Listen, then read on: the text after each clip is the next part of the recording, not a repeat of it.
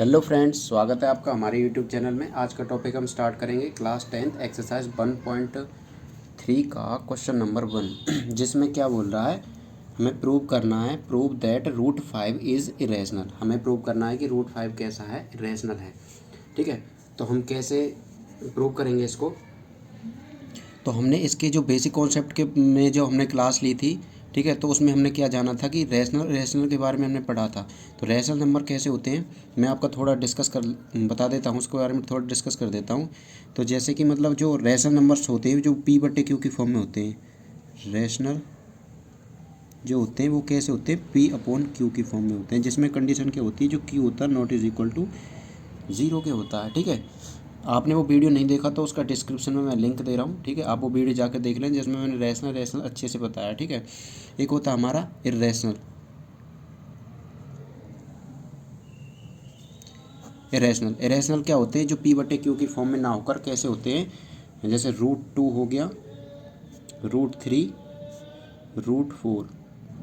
ठीक है, इनकी ये कंडीशन होती है। इनका इसका मतलब क्या होता है कि ये जो है होते हैं वो या तो टर्मिनेट होते हैं, मैंने उसमें बताते हैं, या तो टर्मिनेट होते हैं या रिपीटिंग डेसिमल एक्सपेंशन में आते हैं। ठीक है, तो और रूट वाले कैसी वैल्यू होती है जिनका कोई सॉल्यूशन नहीं आता। ठीक है, वो कैसे नंबर होते हैं, इरेशनल नंबर होते हैं। सॉल्यूशन का मतलब है कि अगर हम इनको सॉल्व करें तो ये कहीं पर आकर नहीं रुकते हैं।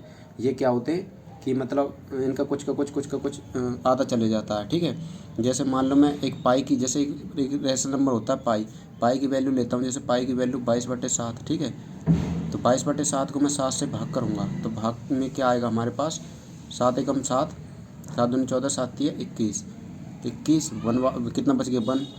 ठीक है, वन से जाएगा, कितने बचेगा हमारे पास, यहाँ पे 1 बच गया। तो ना जाने का हम क्या लेंगे, 0.0।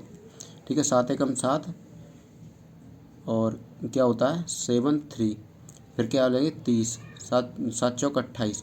इसका मतलब क्या होगा, 28 की बार 2 आ जाएगा, फिर 0 लगा देंगे, फिर क्या आ जाएगा 7 दूनी 14, 2 आ जाएगा। ठीक है, इस तरह से क्या होता है, ये सीरीज़ चलती जाती है। मतलब ये ना तो, और उसमें होता था कि मान लो जैसे ये नंबर है P/Q की फॉर्म में, कोई रेशनल नंबर ले लिया मैंने, जैसे 10/3 ले लिया मैंने। 10/3 क्या होगा, जैसे इसका क्या आता है 3.333, यानी कि इसके ऊपर बार। ये क्या होता है, ये नंबर क्या होते हैं, रिपीट होते हैं, बट ये क्या होते हैं, एक जैसे नंबर रिपीट होंगे। इसका मतलब क्या हो गया कि ये इनसे कैसे अलग होते हैं, ये नंबर क्या होते हैं, अनंत तक जाते हैं। ठीक है, ये नंबर मतलब कि इसका कुछ का कुछ कभी 2 आएगा, 8 आएगा, 7 5 6, फिर उसके बाद कोई और नंबर आएगा। ये क्या होंगे, रिपीट होंगे, और या किसी ना किसी एक पॉइंट पर आकर ख़त्म हो जाएंगे। जैसे 7/2 ले लिया, 7/2 ये क्या हो गया, P/Q की फॉर्म में हो गया। तो इसमें अगर मैं डिवाइड करूँगा 2 से इसको, तो क्या हो जाएगा 3.5। तो ये क्या हो गया, टर्मिनेट हो गया, यानी कि मतलब कहीं ना कहीं आकर ये रुक गया। और ये इसकी 2 कंडीशन होती हैं रेशनल नंबर की। एक तो ये क्या होगा, एक तो पूरा पूरा डिवाइड होगा, एक क्या होगा, रिपीट होगा। ये क्या होगा, नॉन टर्मिनेटिंग बट रिपीटिंग। अगर वो टर्मिनेट नहीं होगा तो क्या होगा, रिपीट होगा।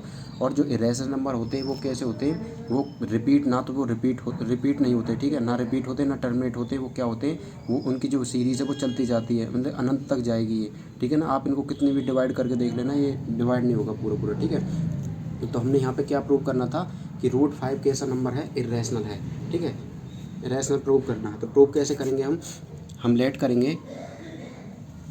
लेट क्या करेंगे हम, लेट इसका उल्टा लेट करेंगे, लेट √5 इज़ रेशनल। हमने क्या प्रूव कर लिया, लेट √5 कैसा है, रेशनल है। ठीक है, रेशनल लेट कर लिया हमने। और रेशनल होगा तो रेशनल नंबर कौन से होते हैं, जो P/Q की फॉर्म में होते हैं। तो मैं इसको कैसे लिख सकता हूँ, तो √2 क्या हो जाएगा, √5 इज इक्वल टू क्या हो जाएगा, P/Q की फॉर्म में। ठीक है, तो √5 कैसा हो जाएगा, P/Q की फॉर्म में हो जाएगा, जिसमें क्या होगा, Q is not is equal to 0 के होगा। भाई रेशनल नंबर की फॉर्म यही तो होती है। और ये कैसा है, रेशनल नंबर। अब मैं रेशनल नंबर को रेशनल नंबर के इक्वल रख दूंगा तो क्या हो गया, ये रेशनल नंबर ही तो हो गया। ठीक है, अब मैं इसका क्या करूँगा कि जो P/Q की मैं कुछ कंडीशंस लिख देता हूँ यहाँ पे। जो P और Q हैं वे को प्राइम नंबर्स हैं। कैसे हैं, coprime, where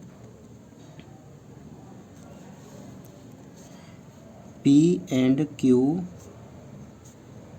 are coprime. कैसे हैं, को प्राइम है। ठीक है, जिसमें क्या हो गया, जिसमें पी और क्यू क्या होगी, को प्राइम। को प्राइम का मतलब होता है जो ये जो नंबर होंगे जिसके ऊपर पी और क्यू में जो नंबर होंगे वो उनका जो मतलब कि जो उनका फैक्टर होंगे वो एक ही नंबर से क्या होंगे, डिवाइड होंगे, ठीक है ना। जैसे कि ये पी और क्यू इसकी जो मैंने वैल्यू ले ली है तो वो दोनों जो नंबर हैं वो एक ही किसी नंबर से डिवाइड होंगे, ठीक है ना, वो दोनों एक ही नंबर से कटेंगे तो उसको बोलते हैं को प्राइम। तो पी और क्यू कैसे है, को प्राइम है, ठीक है। अगर मैं इनका अब मैं इनका क्या करूँगा, क्रॉस मल्टीप्लाई करूँगा तो क्या हो जाएगा, √5Q is equal to P, ठीक है। और क्या कर दूंगा मैं, इनका स्क्वायर कर दूंगा बहुत साइड, तो मैं शॉर्ट फॉर्म में लिख दूंगा SBS। SBS का मतलब क्या होता है, स्क्वायर बोथ साइड, मतलब कि इनका स्क्वायर करने पर बोथ साइड इनका स्क्वायर करूँगा तो क्या हो जाएगा, √5Q का square is equal to P का स्क्वायर, ठीक है। इनका मैं क्या कर दूंगा, स्क्वायर कर दूंगा तो ये क्या हो जाएगा, 5Q का square is equal to P का square.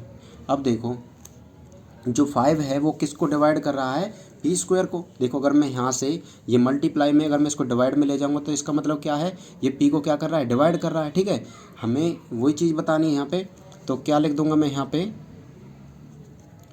P square is divisible by 5। जो पी स्क्वायर है वो किसके द्वारा डिवाइड हो रहा है, 5 के द्वारा। और जो पी है तो पी भी क्या होगा, उससे डिवाइड होगा, सीधी सी बात है, पी स्क्वायर उससे डिवाइड हो रहा था, पी भी उससे डिवाइड होगा, तो P is also divisible by 5, ठीक है। तो पी भी क्या होगा, उससे डिविजिबल होगा, ठीक है। अब मैं यहाँ पे लेट करूँगा कि पी जो है वो इज इक्वल टू है 5C के, ठीक है, जिसमें C क्या है, कोई इंटीजर है, C इज एनी इंटीजर। कैसा इंटीजर है, वो पॉजिटिव इंटीजर है, ठीक है। कैसा इंटीजर है, पॉजिटिव इंटीजर। मैंने लिख दिया C क्या है, एक इंटीजर है। और जो P/Q ये भी कैसे हैं, इंटीजर हैं। कैसे हैं, मैं यहाँ पे लिख देता हूँ, P and Q are some integer. Integer कैसे होते हैं, जो प्लस और माइनस दोनों में होते हैं, ठीक है। P and Q are some integers. तो मैंने इक्वल कर लिया, ये P किसके है, 5 के, जिसमें C क्या है, कोई इंटीजर है, ठीक है। तो मैं अब P की वैल्यू रखूँगा यहाँ पे, तो क्या हो जाएगा, हमारे पास वैल्यू क्या आ जाएगी, Q square is equal to, अब मैं 5 की वैल्यू, P की वैल्यू यहाँ पे रख दूँगा तो क्या हो जाएगा, 5C का स्क्वायर। 5C का मैं स्क्वायर करूँगा तो क्या हो जाएगा, Q square is equal to 25C का स्क्वायर, ठीक है। अब मैं यहाँ पे क्या देख रहा हूँ, यहाँ पे मैं देख रहा हूँ जो Q है,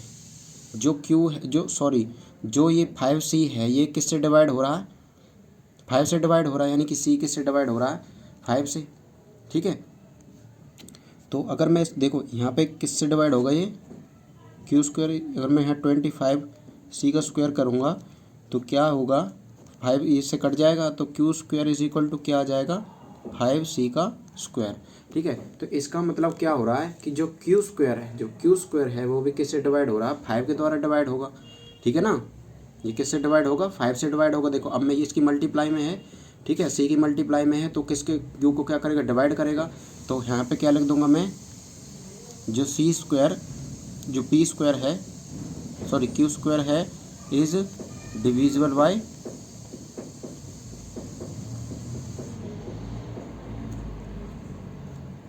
किससे, 5 से, and Q is also divisible by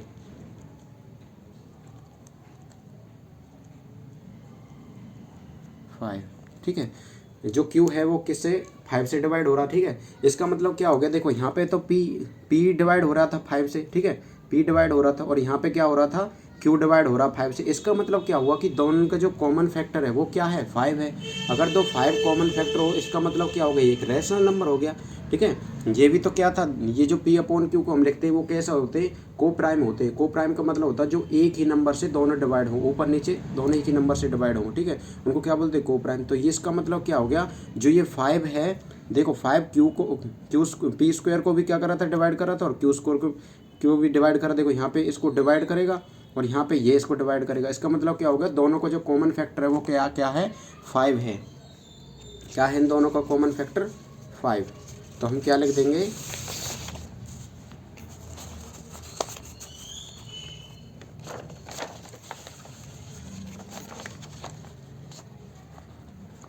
where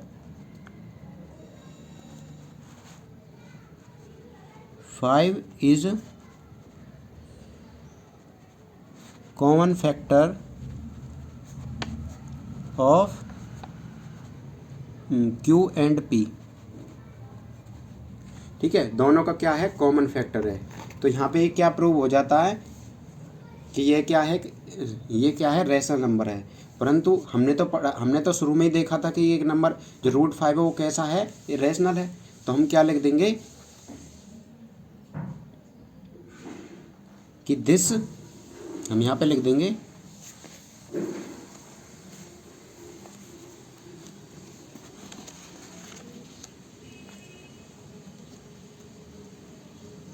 this contradiction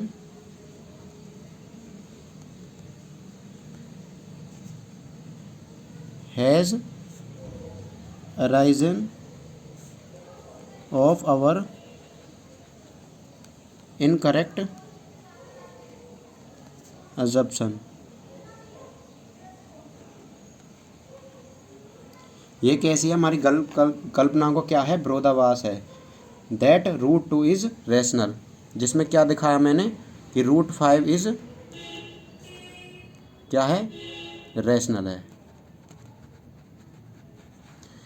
यह जो हमारी कल्पना को विरोधाभास था उसमें हमने क्या दिखाया था कि √5 कैसा है, रैशनल है। What contradiction